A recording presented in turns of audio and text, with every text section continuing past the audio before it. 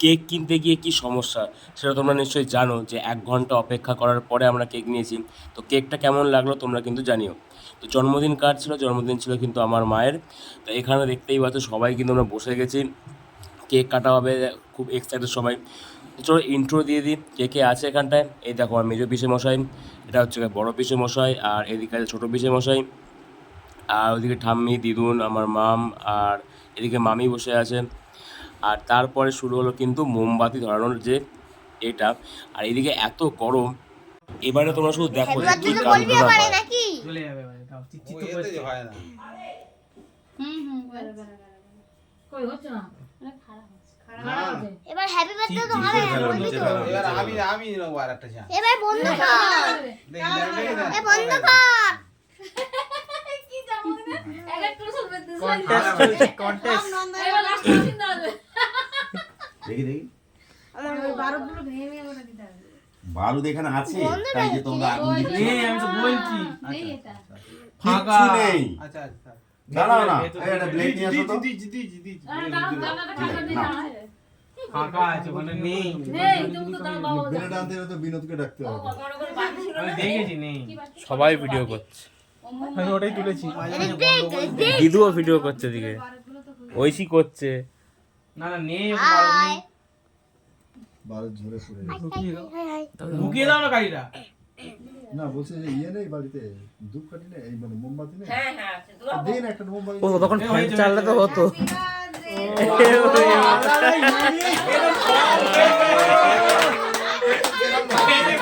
তো তোমরা দেখতেই পেলে মোমবাতি তো জ্বললো না শেষমেশ, কিন্তু ধোঁয়া অবশ্যই হয়েছে।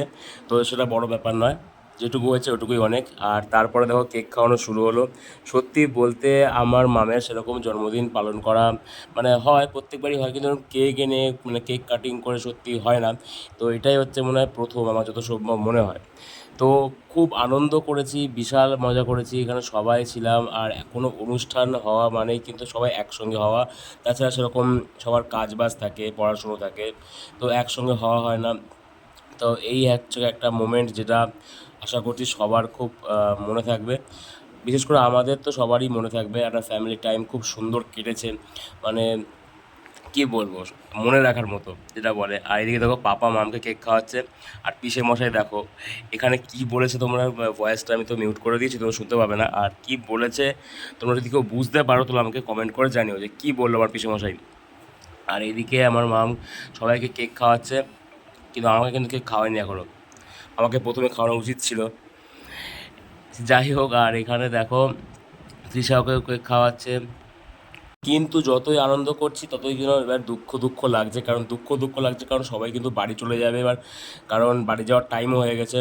আর এদিকে দেখো আমার মামি কিন্তু চকলেট একদম পছন্দ করে না, কিন্তু আমার মাম জোর করে খাওয়াবেই। আর এদিকে দেখো মুখে পুরো চকলেট কেকটা গুঁজে দিয়েছে, কিন্তু মামি খাবে না, মামির গা গলায়। আর বাড়ি যাবে বলতে আসলে সবাই বাড়ি যাওয়ার প্ল্যান ছিল যে আজকে বিকালেই যাবে, তো শেষমেশ আইসক্রিম এনে খাওয়া হয়েছে। আর সবার বাড়ি যেহেতু অনেক দূরে, তো সেই জন্যই তাড়াতাড়ি সবাই মিলে রেডি হয়ে গেছে। দুপুরে খাওয়া দাওয়ার পরে, কেক কাটার পরে এবার সবাই চলে যাবে। তো এবার সবাই মানে কী বলবো, মনটা দুঃখ হয়ে গেল যে এত আনন্দ করলাম, জামাই ষষ্ঠী থেকে শুরু করে জন্মদিন পালন করা। আর এখানে দেখো প্রণাম পর্ব চলছে।